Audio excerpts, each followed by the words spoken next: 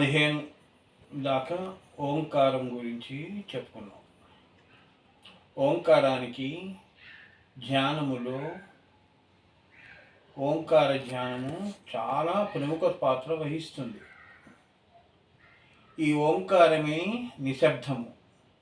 నిశ్శబ్దము ధ్యానం ఎలా చేస్తాం? నిశ్శబ్దంలో చేస్తాం. ఎటువంటి నిశ్శబ్దము? నీ మనస్సు బహిర్ అంటే బయట, లోపల కాకుండా దానికంటే అతీతంగా ఉన్న నిశ్శబ్దం. అది ఓం. స్థూలము, సూక్ష్మము, సూక్ష్మతరము పైన ఉన్న ఆజ్ఞాచక్రం ఉన్నది ఏదైతే ఉన్నదో ఓంకారము, నాదము, ఏక